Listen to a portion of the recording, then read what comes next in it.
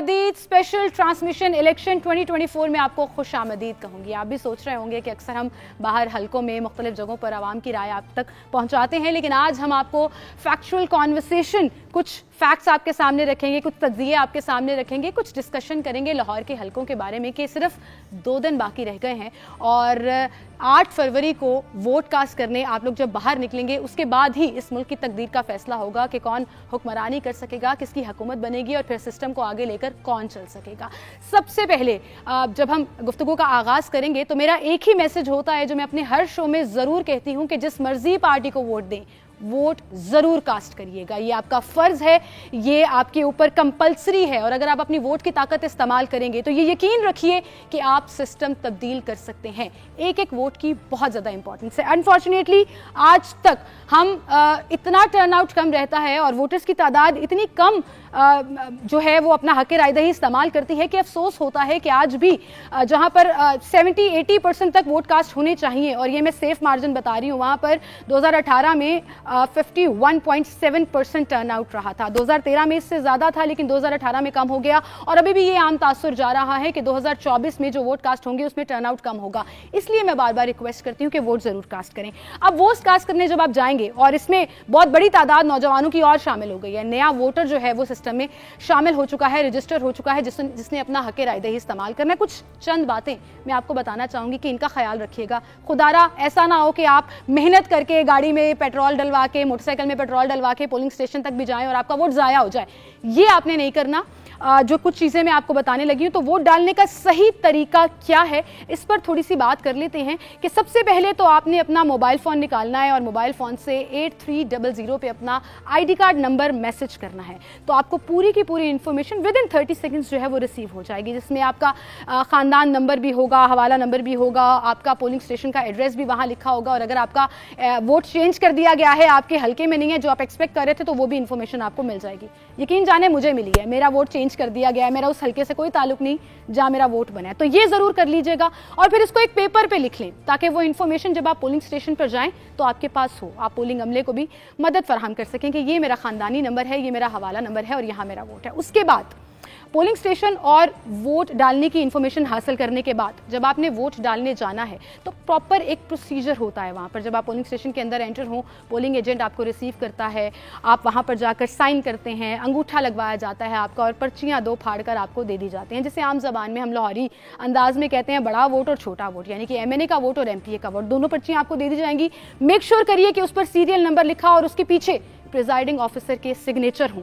अगर तो वो खाली होगा, स्टैंप या साइन नहीं होंगे तो आपका वोट कंसीडर नहीं होगा। सो आपने ये मेक श्योर करना है कि उसके ऊपर ये दोनों चीज़ें जो हैं वो मौजूद हैं। फिर आपको इशारा किया जाएगा, अंदर चले जाइए।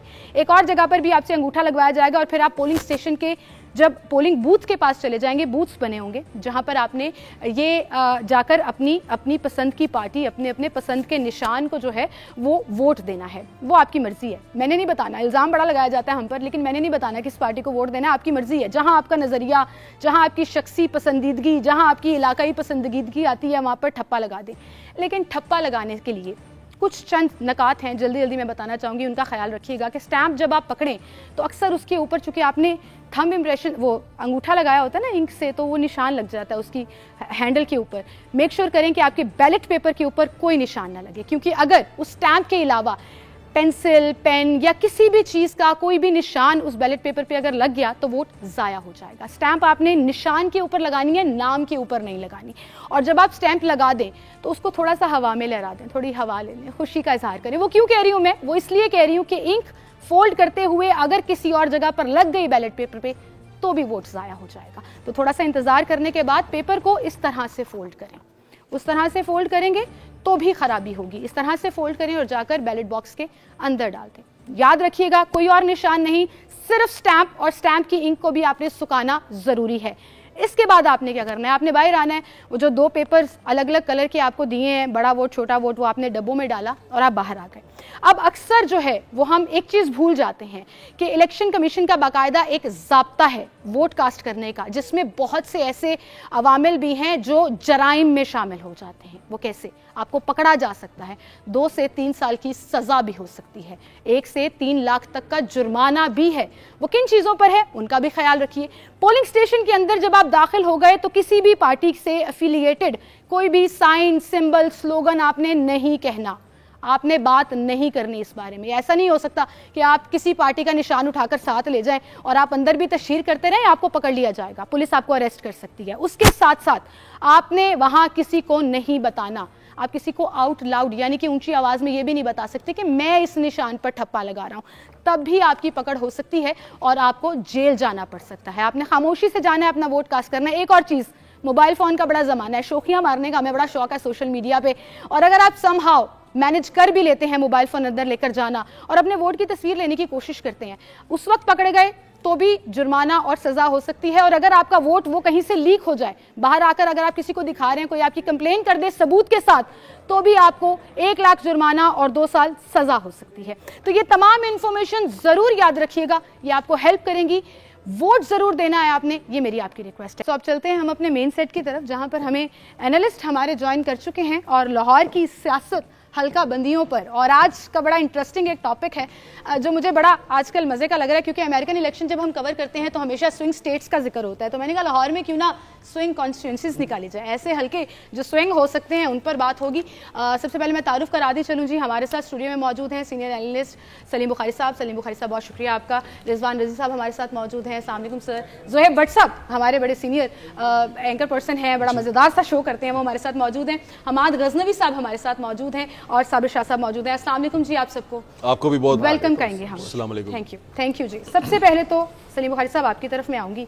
सियासत डिस्कस हो रही है और हमारे लिए तो ये ऐसे है कि बस मैराथन ट्रांसमिशंस चल रही हैं, हम कोशिश कर रहे हैं कि आवाम को हर इन्फॉर्मेशन पहुंचा सके। तो लाहौर के जो 14 कौमी हल्के हैं और 30 सूबाई हल्के हैं, एक आम सा तासुर आ रहा है और बहुत से, मुझे अनफॉर्चुनेटली ये कहना पड़ रहा है कि बहुत से एनालिस्ट और सहाफ़ी तो बिल्कुल दे चुके हैं, गेंद दे चुके हैं नून लीग के हाथ में कि तासुर है कि उन्होंने हुकूमत बना लेनी है। हम सिर्फ लाहौर सेंटर्ड अगर बात करें तो यहाँ पर 3 किस्म की जंगें चल रही हैं, जहाँ पर एक तरफ तो रिवाइवल ऑफ पीपल्स पार्टी भी चल रहा है, क्योंकि पीपल्स पार्टी का एक बड़ा नाम यहाँ से कंटेस्ट करने जा रहे हैं। फिर पीटीआई के वोटर्स की इंफॉर्मेशन, अवेयरनेस, निशान क्या है क्या नहीं है, 2-4 ऐसे लोग उनका नाम इस्तेमाल करके भी वोट लेना चाह रहे हैं। और फिर नून लीग जो कहती है हमारा किला और हमारा गढ़ है लाहौर, क्या नून लीग क्लीन स्वीप कर सकेगी? बहुत शुक्रिया आपका सीमन, आपने बिल्कुल सही यानी मुख्तसर सा जायज़ा बता दिया है कि क्या हो रहा है लाहौर में। मेरे ख्याल से Lahore is going to be a trendsetter to the extent कि यहाँ पर 3 बड़ी पार्टियाँ जो हैं उनके बड़े बड़े युद्ध पड़ रहे हैं। पीटीआई जो है जो कहती है कि यहाँ पर तमाम वोट बैंक जो है वो उनका है, कोई उनको हिला नहीं सकता है, लेकिन ख़ुद उन्होंने ऐसे एहतमाम और इंतज़ाम कर दिए हुए हैं कि उनका वोटर जो है वो जाके पोलिंग स्टेशन में देखेगा कि 3 बंदे खड़े हुए हैं पीटीआई के टिकट के, किसको मैंने देना है वगैरह वगैरह, इस तरह की चीज़ें हैं। और हम ये जानते हैं कि वोटिंग डे जो है इट्स ए साइंस इटसेल्फ। जो पार्टी इसके अंदर बेहतर परफॉर्म करेंगी वो हमेशा से गेनर रहती है। मैंने इसको कहा कि ये Lahore is going to be a sort of a show window, ये ट्रेंड सेटर बनेगा, यहाँ से ट्रेंड सेट होंगी कम से कम पंजाब की हद तक कि क्या होने जा रहा है। देखिए बड़े बड़े स्टेक होल्डर्स, बिलावल जरदारी साहब जो हैं उन्होंने भी फैसला किया कि मैंने लाहौर से लड़ना है। उसके मुकाबले में जो कैंडिडेट है अता तारिक साहब, उनको मुस्लिम लीग का फ्लैग अगर आप हटा दें तो वो, अगर आप कद काठ का मुआवजना करें उनका, तो अजीबोगरीब सूरत हाल है। इसी तरीके से जिन 4 हल्कों का आपने जिक्र किया है वो यकीनी तौर के ऊपर सवालिया निशान वहाँ पर हैं। साद रफ़ीक साहब वाला है NA 122, उसके बाद तारड़ साहब का मैंने जिक्र कर दिया 127, 128 में भी आप सूरत हाल देखें इसी तरह की। और चौधरी साहब है, उनके मुकाबले में सलमान अकरम राजा हैं। सलमान अकरम राजा साहब पीटीआई में लेटरल एंट्रेंट हैं, वो मतलब है वकालत के ज़ोर के ऊपर मुकदमे लड़ते लड़ते कैंडिडेट बन गए हैं। और ये रिफ्लेक्शन है इमरान खान साहब की उस फैसले का कि हम जी 70 to 80% वोट जो है वो वकला को देंगे, विदाउट रियलाइजिंग कि जिस कैंडिडेट का कनेक्ट नहीं है वहाँ के लोकल वोटर्स के साथ, वो कैसे उसके साथ अपने आप को एफिलिएट करेंगे। ये तो हो गई पीटीआई की बात। पीपल्स पार्टी, जैसा मैंने कहा, पीपल्स पार्टी का कभी लाहौर उसी तरह गढ़ होता था जिस तरह मुस्लिम लीग का आज है। मतलब है पंजाब में अगर उनकी परफॉर्मेंस बेहतर ना होती तो ना भुट्टो साहब हुकूमत बना सकते थे, ना बेनज़ीर बना सकती थी, जरदारी साहब का तो खैर सवाल ही नहीं उठता है। तो पंजाब उनकी चूँकि बहुत स्ट्रॉन्ग बेस रही है, लिहाजा उनका टोटल फोकस, ऑल्दो बहुत लेट शुरू किया उन्होंने, बहुत पहले कर देना चाहिए था, जी। टाइम स्पैन बहुत शॉर्ट था, इसलिए उनके लिए कामयाबी जो है वो किस हद तक होगी ये फैसला तो वोटर वाले दिन होगा। Last but not the least PMLN इस गलत फहमी में कि ये हमारा कला है, हमने देखा 22 जुलाई को जो इलेक्शन हुए थे 2022 में, जी जी, उसमें क्या बना था इस कले का, वो तब हम भी ये सबके जम सामने था। है। तो इसलिए ये इस वक्त ये फैसला करना कि कौन will be the gainer, ultimate gainer जिसको कह सकते हैं आप, ये बड़ा मुश्किल है। ठीक है, तो आपने कहा 10 में चांसेस हैं लेकिन 4 स्विंग हैं। जी रिजवान जी साहब, आप क्या कहेंगे? देखिए, बात यह है कि मैं पीपल्स पार्टी से शुरू करूंगा। पीपल्स पार्टी जो है, अगर वो कुछ गेन करना चाह रही है, और जिस तरह बेनज़ीर भुट्टो साहिबा ने अपनी इलेक्शन कैंपेन का इख्तिताम लाहौर में किया था जी।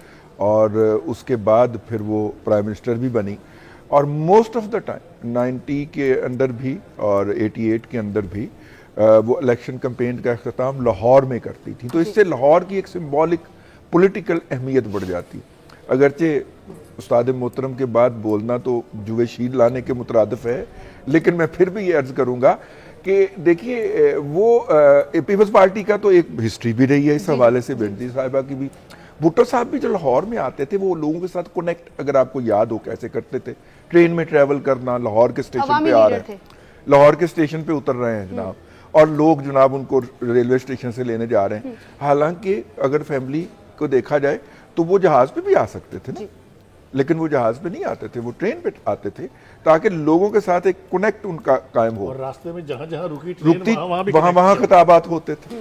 तो वो थोड़ा सा ना, बिलावल साहब अगर ये कर ले कि वो इलेक्शन कैंपेन का इख्तिताम लाहौर में कर लें, तो उनकी लाहौर वाली सीट के ऊपर बहुत बड़ा असर पड़ सकता गेन हो सकता है। ठीक है, हम चूंकि अभी बात कर रहे हैं N127 के हल्के की और पीपल्स पार्टी से जिक्र हुआ, लेकिन वहीं पर 35 साल पीछे की मिसाल देना पड़ती है। बीबी भुट्टो शहीद जब यहाँ से जीती थी तो 1988 के बाद से फिर सिर्फ एक घुरकी खानदानी है जो लाहौर से पीपल्स पार्टी की सीट निकाल सका था। उसके बाद ये मार्जिन कम होते होते 2018 में बहुत ही कम हो गया, तो गैप बहुत बड़ा है, 35 साल का गैप है। अब आगे, अब खुद जब बिलावल भुट्टो जरदारी साहब यहाँ पर आए हैं तो मैं अपने इस साइड के पैनलिस्ट की तरफ भी चलूंगी और उनसे भी जानूंगी कि वो इस बारे में क्या कहते हैं, लेकिन एक छोटी सी ब्रेक लेनी है, दोबारा हाजिर होंगे, हमारे साथ रहिए।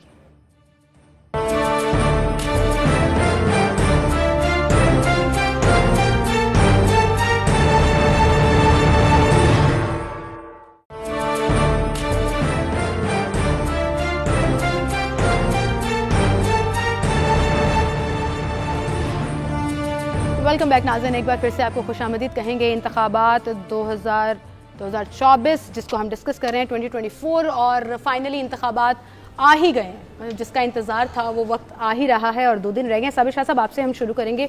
लाहौर की डायनामिक्स, और क्या लग रहा है कोई एक पार्टी जैसे PMLN है फतह कर सकेगी इस किले को, या अभी भी अभाम है कुछ? सिमल 4354 पोलिंग स्टेशन है, ठीक है, इसमें से 1120 हाईली सेंसिटिव हैं। तो जहन में रखिए कि जो सिक्योरिटी मैंने रात को लाहौर कंटोनमेंट वगैरह में वॉच की है, उसके हिसाब से थोड़ी सी एबनॉर्मल मूवमेंट है लॉ एनफोर्सर्स की। वो एक्सपेक्ट कर रहे हैं या एंटीसिपेट कर रहे हैं कि कोई वाकया ना हो जाए। वाकया होने से ही होगा वोटर्स टर्न आउट कम होगा और PTI के चांसेस मज़ीद कम हो जाएंगे, क्योंकि उनके पास एक ही चांस, वोटर्स टर्न आउट। उसके ज़रिए वो डिफरेंस क्रिएट कर सकते हैं, जिस तरह उन्होंने एक बाई इलेक्शन में किया था जब शहबाज शरीफ खुद वज़ीर आज़म जी और स्टेट मशीनरी उनके पास थी, और सा इलेक्शन जिस तरह उन्होंने जीता, वोटर्स टर्न आउट पे जीता। इस तरह 44 रिटर्निंग ऑफिसर्स के ऑफिसेस और 2202 पोलिंग बूथ सेंसिटिव। अच्छा, मैं आपको बात बताऊं, अब एक और एस्पेक्ट है, मैं इससे पहले के रिजल्ट की तरफ आऊँ, give me a minute. 4354 polling station का मतलब है कि इतने ही पोलिंग एजेंट चाहिए। अगर एक पोलिंग स्टेशन पे 3 बूथ हों तो 17,406 आपको ये लोग चाहिए। कम से कम एक आदमी खाना पहुंचाए, कम से कम एक आदमी, तो 4354 वो लोग चाहिए। इसका मतलब है कि 20,000 वॉलंटियर PTI को वो चाहिए जो स्टैंड ले सकें अगर को क्रैकडाउन पुलिस का हुआ तो, यानी वो पोलिंग के अमल चीज़ों को भी जानते हों और ज़रा धड़ल्ले वाले लोग हों, ताकि किसी से बहस कर सकें। इस वक्त पोजीशन ये है कि तंजीम चूँकि है नहीं, जब को पार्टी गिर रही हो तो उसकी तंजीम भी बहुत बुरे हालात में होती है, तो ये 20,000 लोग ढूंढने मुश्किल हुए होंगे। अगर ये तसव्वुर कर लिया जाए कि अब पुलिस कुछ नहीं करेगी, क्रैकडाउन नहीं होगा, पोलिंग एजेंट नहीं उठाए जाएंगे, तो उस सूरत में लोग सामने आएंगे। और फिर मैं आपको बताऊं कि फिर मैं बुखारी साहब वाली कैलकुलेशन है 10-4, 11-3, 3 या 4 सीटें फिर उस सूरत में पीटीआई निकाल सकती है। बिलावल का I agree with all the participants को तकरीबन 70% कैंपेन उन्होंने की है। ये जो लास्ट लेग होती है ना जी कैंपेन, इसमें वोट बाइंग भी होती है, इसमें व्हीलिंग डीलिंग भी होती है, इसमें फाइनल लोग अपना जहन बनाते हैं। मसलन अहले तशरीफ vote historically green town township और इन इलाकों से पीपल्स पार्टी को पड़ा है, वो इसकी इस तरह क्रिश्चियन वोट जो आपको पता है ये 25 से ज्यादा है जी। 1 लाख डिस्प्लेस क्रिश्चियंस हैं, जिनको डिस्प्लेस किया था वो नवाज शरीफ साहब ने किया था बॉर्डर टाउन वाले इलाके से। नफरत है नस्ल दर नस्ल, और वहाँ वोट बाइंग भी हो सकती है और नजरिए के तहत भी डाल सकते हैं। फिर मिनहाजुल कुरान का 5-6 हज़ार डाई हार्ड वोट, क्योंकि तारुल कादरी साहब जीते हुए तो अगर 2002 के बाद मैं देखूं तो 5-6 हज़ार तो रह गया होगा, 4 हज़ार ये डाई हार्ड वोटर होते हैं। आपको लग रहा है ये सारा पीपल्स पार्टी के हिस्से में जाएगा? ये वो वोट है जी, ये घर से लेके चलेंगे। ठीक है। 34,000 वोट असलम गिल ने हासिल किए थे, जिनकी कोई ऐसी सियासी हैसियत नहीं। ठीक है। सो अगर ये 35-40 हज़ार वोट लेके चलें, और जैसा बुखारी साहब ने हमें याद कराया कि भुट्टो साहब और रजी साहब भी कह रहे थे कि ट्रेन पे आया करते थे। ठीक है। ये जो मोची दरवाजा है, सही है, नासिर बाग है, ये सारे भुट्टो साहब की वजह से। तो इसका मतलब बिलावल साहब को अपनी एंडिंग स्ट्रेटजी जो है वो कैंपेन की रीथिंक करनी पड़ेगी। ठीक कह रहे हैं आप, लेकिन बाइंग एंड सेलिंग वोट की हम इसलिए बात नहीं करते कि वो मामला इलेक्शन कमीशन में है, सबूतों के साथ मंगा लिया, तो हम अभाम के ऊपर बात नहीं करते, फैक्ट्स एंड फिगर्स के ऊपर बात करते हैं। सर ऑफ इलेक्शन सर, फिर जब साबित करने की बात आती है और सबूत मांगे जाते हैं ना, तो कहानी सुनी सुनाई हो जाती है। चलिए आगे बढ़ते हैं। हमाद साहब आपकी तरफ में आऊंगी, आप कैसा देख रहे हैं लाहौर में पॉलिटिक्स की डायनामिक्स? दोस्तों ने बुनियादी बातें तो कर ली।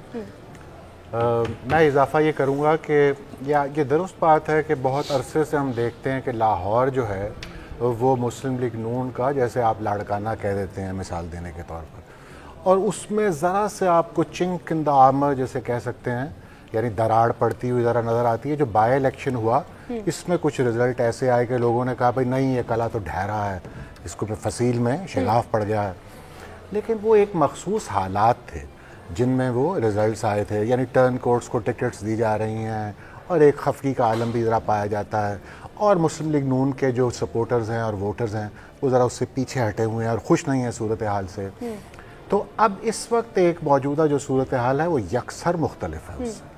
तो ये सही बात है कि PMLN इस वक्त स्ट्रॉन्गेस्ट यहाँ पर कंटेंडर है, और स्वीप जो जिसे हम कहते हैं, एक आध सीट तो कहीं चली जाती है, जैसे ये गुलबर्ग का इलाका है, डिफेंस का इलाका है, कुछ हो जाता है, लेकिन वैसे मुस्लिम लीग नून जो है वो बहुत स्ट्रांग पोजीशन में है। और डिफेंस वाली भी जो सीट है, क्योंकि वो रिकाव हुई हुई है, यानी जेरीमैंडरिंग का इल्ज़ाम है उस पर, लेकिन बहरहाल जो भी है वो रिकाव किया हुआ हल्का, तो वहाँ से अब साद रफ़ीक साहब का जो मुकाबला हो रहा है लतीफ़ खोसा साहब से, उसमें भी सूरत हाल कुछ यूँ है। हमारे दोस्त कह रहे थे रजी साहब कि साद रफ़ीक तो बहुत ज़्यादा शायद मजबूत पोजीशन में ना आए हों, लेकिन खोसा साहब की पोजीशन ऐसी है कि मवाजने की वजह से वो साद जो है वो कंफर्टेबल नज़र आता है आपको इस हल्के में, और आप मुझे कुछ बेचैन लग रही हैं, लिहाजा मुझे नहीं मैं आपकी बात से बिल्कुल अग्री कर रही हूँ, लेकिन आपको पता है हमारे पास टाइम थोड़ा सा लिमिटेड होता है और इसी तरह से मैनेज करना होता है। बट साहब आपकी तरफ में आऊँगी, आपने सबसे पहले हल्कों में शो शुरू कर दिया था जब अभी किसी चैनल ने शुरू नहीं किया था, तो आप तो कोर तक गए ना, वो इलाके ढूंढ के निकाले हैं जहाँ पे MNA MPA भी शायद वोट मांगने ना जाते हैं। कैसे देख रहे हैं लाहौर में 14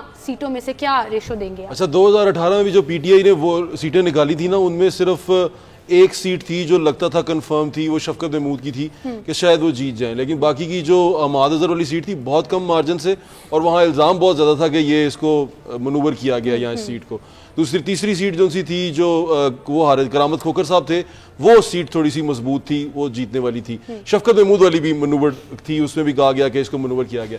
अभी जो सिचुएशन है वो बिल्कुल मुख्तलिफ है। उस वक्त हवाएं भी PTI के हक में थी, अभी हवाएं भी PTI के हक में नहीं है। PTI का सबसे बड़ा प्रॉब्लम ये है यहाँ पर कि इन्होंने जिन लोगों को टिकटें दी है ना, वो खंबा फार्मूला पे दी हैं।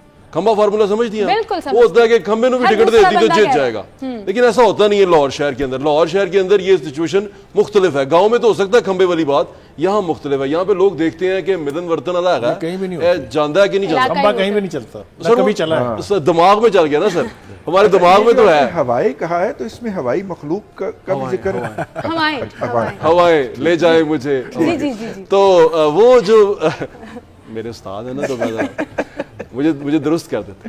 तो वो जो खंबा फार्मूला था ना, वो समझ रहे हैं, ये इनके दिमाग में है कि वो चल जाएगा, लेकिन ऐसा चलना नहीं है, ना ऐसा होगा। जैसे ओन चौधरी है, ओन चौधरी के जो एंटी सेंटिमेंट है ना, वो नून के अंदर भी है। वो आपने देखा होगा उनके पोस्टर्स पे ओन के पीछे वो फर लिख के जा रहे हैं, वो फिर ओन बन गया।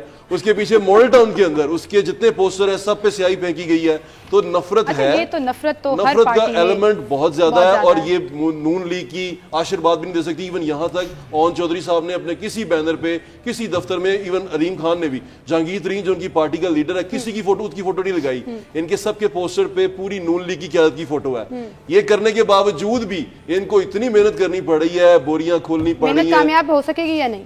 मुश्किल है। ठीक है। NA 128 का जिक्र कर रहे थे भट्ट साहब, और NA 128 वो हल्का है जहां पर शरीफ बरादरी का पूरे खानदान का वोट है। मॉडल टाउन से होने की वजह से यहाँ पे उन्होंने वोट शेर पर ठप्पा ही नहीं लगाना। आप सोचें, ये बात मैंने की कि पूरा शरीफ खानदान पूरे मुल्क से शेर पर ठप्पा लगाने के लिए वोटर्स को कह रहा है, वो खुद शेर पर ठप्पा नहीं लगा सकेंगे, और जब वोट कास्ट करेंगे तो उन्हें उकाब पर, पता नहीं कौन से दिल से उकाब पर निशान लगाना पड़ेगा, बहरहाल ठप्पा लगाना पड़ेगा, स्टैंप लगानी पड़ेगी। बहरहाल हम आगे बढ़ते हैं जी, एक छोटी सी ब्रेक लेनी है, दोबारा हाजिर होंगे, हमारे साथ रहिएगा।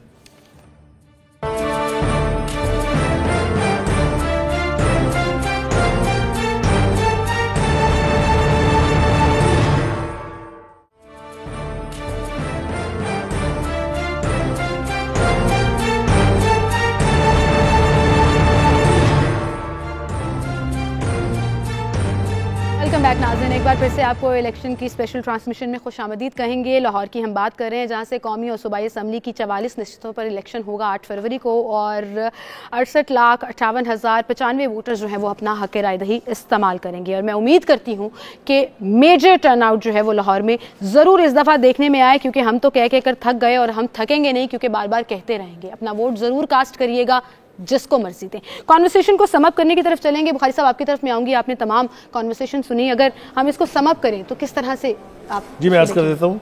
पहली बात तो है कि साबिर शाह साहब ने जो कहा कि 20,000 लोग चाहिए होते हैं हर एक पोलिंग स्टेशन के लिए, जो जिसमें पोलिंग एजेंट्स हैं, जिसमें वो लोग जो किसी सूरत हाल को संभाल सके। बिल्कुल ठीक बात है ये, लेकिन मैं यहाँ थोड़ी सी वजाहत ये करना चाहता हूँ कि यही लोग तो ट्रेन नहीं की PTI ने, यही तो उसके पास नहीं है।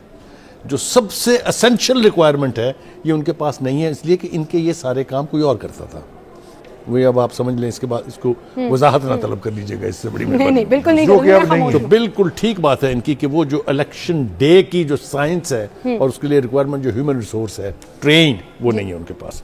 दूसरी बहुत इंपॉर्टेंट बात की हमाद गजनवी साहब ने, टर्न कोर्ट से बात शुरू की उन्होंने, तो बिल्कुल ठीक बात है कि टर्न वोट कोर्ट्स के लिए कहीं कोई हमदर्दी नहीं होती है। उसका नतीजा भी हम देख चुके हैं कि बावजूद इसके कि हुकूमत भी जो है वो उनके पास थी, इसके बावजूद किसी नून लीग के बंदे ने किसी ऐसे बंदे को वोट नहीं दिया है जिसको नून लीग ने टिकट दी हो। एक बात, एक और इसकी सिंफ नई आई है, मुनहरफीन, जो पार्टी को छोड़ के दूसरी पार्टियों को टिकट लेते हैं।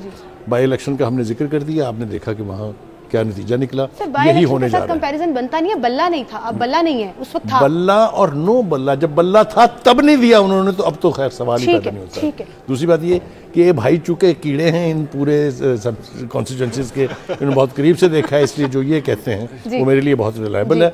जहाँ तक रजी का सवाल है, वो are on the same page.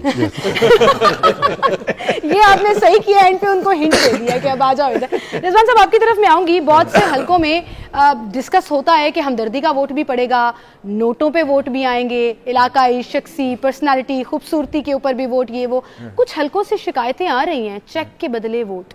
वो आप NA 127 का मामला ले लें जो इलेक्शन कमीशन में चला गया, या NA 117 की बात कर लें जहां चेक डिस्ट्रीब्यूट हो रहे हैं और चेक जो हैं वो सामने भी आ गए हैं, और ये पहली दफा नहीं हो रहे। Is it fair? नहीं, ये तो अनफेयर प्रैक्टिस के अंदर है। अगर आप साबित हो गया कि आपने ये काम किया है तो आप डिस्क्वालीफाई हो गए, ठीक है। लेकिन दुख की बात ये कि ये पहली दफा नहीं हो रहा, ये हर दफा होता है। इस दफा चूंकि मामला डिजिटल हो गया, हर बंदे के हाथ में कैमरा है, तो थोड़ा सा चीजें लाइमलाइट पे आ गई हैं।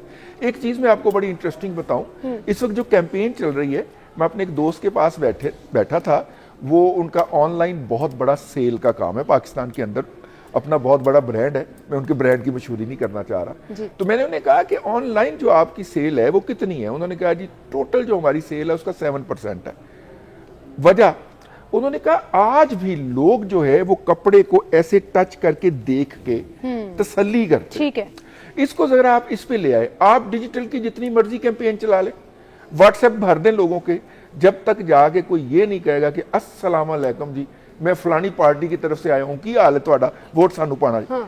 जिन्ना देर कोई ऐ नहीं ना कहेगा जी, उतनी देर तक आप अपने डेड हार्ड मतलब जिसे भी कहें कि डाई हार्ड वोटर के बारे में भी नहीं है। मैं आपको एक बात याद दिलाऊं, 96-97 के इलेक्शन के अंदर पीएमएलएन ने 2/3 अक्सरियत ले ली। जब इसके ऊपर पूरी रिसर्चेस हुई, स्टडी की गई, तो पता चला कि उस दिन पीपल्स पार्टी का वोटर नाराज होकर अपनी क़यादत से वोट डालने ही नहीं निकला था। ठीक है, हमारे घर कोई आया नहीं पूछने कि जनाब लॉरियों का बड़ा मसला है, कोई आया नहीं था। सही कह रहे हैं आप, बिल्कुल सही कह रहे हैं, अल्लाह भला करे। सही बात है, बिल्कुल सही बात है। ये भी एक रीजन है। इस वक्त पीटीआई ऑनलाइन जितना मर्जी काम कर रही हो, ग्राउंड के ऊपर उनका काम बहुत मिनिमम है। ग्राउंड पे खंबा भेजिए। हाँ, सही कह रहे हैं। आपकी बात से मुझे याद आ गया, NA 119 में कवर करने गई, मरियम नवाज साहिबा खुद वहां से खड़ी हैं, तो वहां के एक शख्स ने बड़ी दिलचस्प बात की कि हमारा हल्का तो लवारिस हो जाएगा, हम काम कराने जाती उम्रा जाया करेंगे अगर वो यहाँ से जीत गई।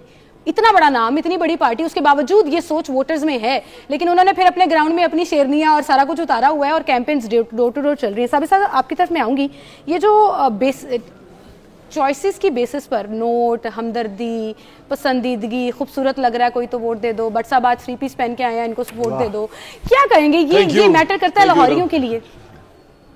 दुनिया में कहीं भी मैटर करता है। पर्सनैलिटी वोट होता है आपका, पार्टी वोट होता है, आपका कैरेक्टर काउंट करता है। हमारे यहाँ अनफॉर्चुनेटली अभी तो मैं कहता हूँ बडिंग डेमोक्रेसी भी नहीं। I am sorry to interrupt you, ये दोबारा दोहरा देना तीनों चीजें जो आप कौन सी सर? ये जो पर्सनैलिटी है, ये जो ईमानदारी है, ये जो करैक्टर है, ये जरा दोहरा देना। ईमानदारी, करैक्टर, वेरी वेल सेड। तो सर बिल्कुल कोई नहीं है ऐसा बंदा, आप खुद ही सोचो जिसकी बात मैं कर रहा हूँ। जी सर, जी सर, तो कहने का मकसद है बहुत सारे फैक्टर्स काउंट करते हैं। मैंने आपके रोड शोज भी देखे हैं, मैंने जोए भट्ट के भी देखे हैं। अब जब सवाल आपको, मैंने परसों नसीम ज़ेरा का भी देखा है, चुबुर्जी में खड़े हो, तो जाहिर है हम लोगों को भी देख रहे हैं, उनकी बातें सुन रहे हैं। इस वक्त जब हवा आपके खिलाफ हो ना सिमन, जिंदगी में हो या इलेक्शन में हो, तो कोई चीज भी आपके हक में नहीं होती, हक में नहीं होती। क्या बात जेब में रखिए। तो वो शेर सर, वो तुंदी है बादे मुखालिफ से ना घबराए बाज नहीं, तुंदी है बादे मुखालिफ ने सारे इकबाल ने हमें इंस्पिरेशन दी थी।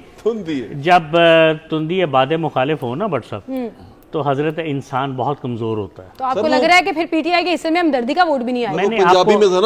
मैंने आपको कहा है वोट पढ़ सकता है, कीबोर्ड वॉरियर्स को घरों से अपने निकलना पड़ेगा और वोट डालना पड़ेगा। बिल्कुल सही कह रहे हैं। 60% वोट हो तो पीटीआई वाकई फर्क डाल देगी। 60% टर्नआउट चाहिए। बिल्कुल सही कह रहे हैं। इंटरनेशनल एक रिसर्च है कि जितना टर्नआउट ज्यादा होगा उतने धांधली के चांसेस कम हो जाते हैं, इतने वोटों को छुपाना मुश्किल हो जाता है। हमारे साहब, आपकी तरफ में आऊंगी, एक तो कंक्लूड कीजिएगा इस सारी कॉन्वर्सेशन को, और आपको क्या लगता है कि चॉइसेस के बेसिस पर लाहौर में regardless of the party vote cast होगा? लाहौर में वोट कास्ट होगा, और जो ये बात हम सब मुसलसल कर रहे हैं कि ज़्यादा वोट पड़ना चाहिए इलेक्शन में, आप भी जैसे उकसा रही हैं कि सब लोग निकलें वोट डालें, तो उसका कह रहे हैं कि पीटीआई को शायद कोई फ़ायदा हो और यूथ वोटर्स होते हैं व्हाटएवर, लेकिन हम समझते हैं कि पूरे इलेक्शन प्रोसेस को इसका फ़ायदा होगा और ये सब लोग निकलें और अपना वोट डालें। जैसे आपने एक बात, लाहौर का वैसे अगर अहाता किया जाए तो यहाँ से शरीफ सारे इलेक्शन लड़ रहे हैं, यानी नवाज शरीफ, शहबाज शरीफ, मरियम, हमजा, ये 4 हल्के तो जो मेन शहर जिनसे कवर हो जाता है, और उसका फिर एक स्पिल ओवर इफेक्ट भी आता है। तो आपने कभी किसी से नहीं सुना होगा वो कहे कि नहीं जी वो मरियम तो हार रही है इलेक्शन, ये कोई ऐसे ही दिल लगी के लिए कह दे तो कह दे, लेकिन उन लोगों का क्योंकि एक ताल्लुक है उन वोटर्स के साथ बहुत पुराना, उनके काम है, चीज़ें हैं, तो लिहाजा उनका अब उससे फिर वो बाकी सीटों को भी मुतासर कर रहे होते हैं और अच्छे असरात पड़ रहे होते हैं। और क्लीन स्वीप की जो हम बात कर रहे हैं वो तो हो नहीं सकती क्योंकि 2 सीटें तो ये लड़ ही नहीं रहे, वो तो आईपीपी लड़ रही है। और आपने जैसे कहा कि ऑन चौधरी को वोट डालेंगे मियाँ साहब, मतलब ये बजाते खुद एक अनॉमली लगती है सुनने में, सुनने में अजीब सी बात लग रही है। मियाँ साहब का वोट जो है ना वो ग्वालमंडी में है। नहीं चेक किया हमने, आईडी कार्ड से चेक किया, आईडी कार्ड से चेक किया सर, लास्ट टाइम उन्होंने ग्वालमंडी में डाला। मियाँ साहब चारों का वोट मॉडल टाउन की वजह से यही है। हमारा आपने जो कहा है ये वाकई ऑथेंटिक बात है आप इसको पता नहीं मजीद कंक्लूड करना चाहेंगे कि नहीं चाहेंगे? यस, ये बात उनकी बिल्कुल ठीक है कि एक तो ये कि जिन कॉन्स्टिट्यूंसी में आप स्ट्रांग हैं आप बाकी कॉन्स्टिट्यूंसीज को इन्फ्लुएंस करते हैं और उसी दिन करते हैं। बिल्कुल सही कह रहे हैं, ये असर पड़ता है। इलेक्शन की एक साइंस है। बिल्कुल सही। जी सर, आपकी तरफ आऊंगी, आपकी बात कंक्लूड हुई, बट सब आपकी तरफ आऊंगी, किस तरह से समअप करेंगे पूरी कॉन्वर्सेशन को? हमदर्दी का वोट आपको कितना नजर आया? क्योंकि ये हर इलेक्शन में फर्क डालता है, वो बीबी शहीद के बाद हो, वो 2013 हो, मुझे क्यों निकाला वाली हमदर्दी हो, और वो तो चलती आ रही है। तो आपको इस दफा के इलेक्शंस में जैसे अभी हम 24 की आपने, अगर आपको याद हो तो पिछली दफा नवाज शरीफ साहब की वालदा ने भी उधर रेलवे रोड पे वोट डाला था, वहीं डाला था। ठीक, वो असल में ना जिस तरह हम पहले ट्रांसमिशन में बात कर रहे थे कराची के बारे से, कराची में दो तरह के वोट हैं, पीपल्स पार्टी और एंटी पीपल्स पार्टी, फिर वो आगे डिवाइड हो जाए। लाहौर शहर में भी दो तरह के वोट हैं, पंजाब में बल्कि पूरे, नवाज शरीफ और एंटी नवाज शरीफ। अब वो एंटी नवाज शरीफ वोट जो उनसे है वो पहले ही स्कैटर्ड हो चुका हुआ है। पीपल्स पीटीआई के एक हल्के में एक कैंडिडेट नहीं खड़ा, 4 या 5 लोग इमरान खान की तस्वीर लगा के, नहीं मेरी बात तो सुन लो, 4 या 5 लोग इमरान खान की तस्वीर लगा के इलेक्शन लड़ रहे हैं। जिसको टिकट इमरान खान ने ऑफिशियली अनाउंस किया है वो शायद पीछे रह गया है, और बाकी अबाबील प्याले और ये वो चीजें बेड शेड सब आगे आ गए हैं, और वो जो मेन बंदा था वो पीछे गुम गया। इसका मतलब वोट हो जाएगा डिवाइड, तो ये जीतने के चांसेस और कम हो जाएंगे। दूसरी बात, वहां पर पोलिंग स्टेशन पे पोलिंग एजेंट का होना वो भी मुश्किल है, क्योंकि पोलिंग एजेंट को भी खतरा है अपनी जान का। और ये जिस तरह हवा बन गई है कि चुकले चुकले चुकले, वो भावें चुके ना हो, वो कहते शेर आया मारे को डराया ज्यादा पैड़ा होता है, तो डरा दिया इतना कि वो इतने डर गए कि वहां पर फियर फैक्टर बहुत बड़ा। हाँ जी, और लड़कियां जो खवातीन के पोलिंग स्टेशन में कोई अपनी बच्ची भेजने को तैयार नहीं है कि हमारी बच्ची पीटीआई की पोलिंग एजेंट बने। दिस इज वेरी अनफॉर्चुनेट वैसे। और ये स्टोरी ग्राउंड पे है। वो कहते मैं तुम दसते रहा कि मारे को डराया पैड़ा होता है, तो डर गए, इतने डर गए कि वो निकल ही नहीं रहे, और ये तकलीफ होगी। और जिस वजह से पाकिस्तान मुस्लिम लीग जीतेगी, और 2 सीटें जो उन्होंने उसको दी हैं, बल्कि 3 एक आईपीपी के पीपी की भी दी है, ये 2 सीटों पे काम मुश्किल हो सकता है, क्योंकि लोग जिनसे हैं वो अलीम खान को शायद पसंद कर लें थोड़ा बहुत, लेकिन वो ओन चौधरी को पसंद नहीं करते। यहाँ तकलीफ होगी। और अता तारर वाली सीट जो सी है वो क्योंकि बिलावल भुट्टो जरदारी साहब लड़ रहे हैं, तो उनका यहाँ से हारना पीपल्स पार्टी के लिए बड़ा ही बुरा शगुन होगा। ग्राउंड पे आपको क्या लग रहा है? मैं 50-50 कहूंगा, क्योंकि बिलावल का हारना वो अब शगुन होगा पूरी पार्टी के लिए, और वो ये होने नहीं देगा। ठीक है, तो इसलिए पूरा जोर लगाएंगे। क्विक सा, मेरे पास सिर्फ 1 मिनट है। बिलावल जीत सकेंगे? कितने चांसेस लग रहे हैं आपको? जैसा ज़ुएब ने कहा है बिल्कुल ठीक है, सिंबॉलिक है इसकी इंपॉर्टेंस उनके जीतने हारने की दोनों सूरत में। परसेंटेज में आपकी असेसमेंट क्या लग रही है? 50-50 आई थिंक दैट्स। आप भी एग्री करेंगे? मैं 50-50 से एग्री करता हूं, लेकिन अगर बिलावल ने अपनी कैंपेन का इख्तिताम इस हल्के में कर लिया, मशवरा दे दिया दादा ने। मैं मशवरा दिया। कुछ परसेंटेज देना चाहेंगे? आपको क्या लग रहा है किस हल्के के हवाले से? ये N127 अता तारर, बिलावल और करामत खोखा साहब। tilted towards PMLN। आपको ये लग रहा है सर? आपको? आई एग्री विद हिम, लेकिन इलेक्शन कमीशन के पास एक रिपोर्ट गई है वोट बाइंग की। पता नहीं क्यों कई दफा ऐसा लगता है कि बिलावल को शायद हराना मकसूद ना हो। My Lord will determine it. Okay, ठीक है, सही है जी। ये सारे पॉइंट्स हमने आपके सामने रख दिए, और क्विकली मुझे कहा जा रहा है कि क्लोजिंग की तरफ चलें क्योंकि टाइम हमारे पास कम है।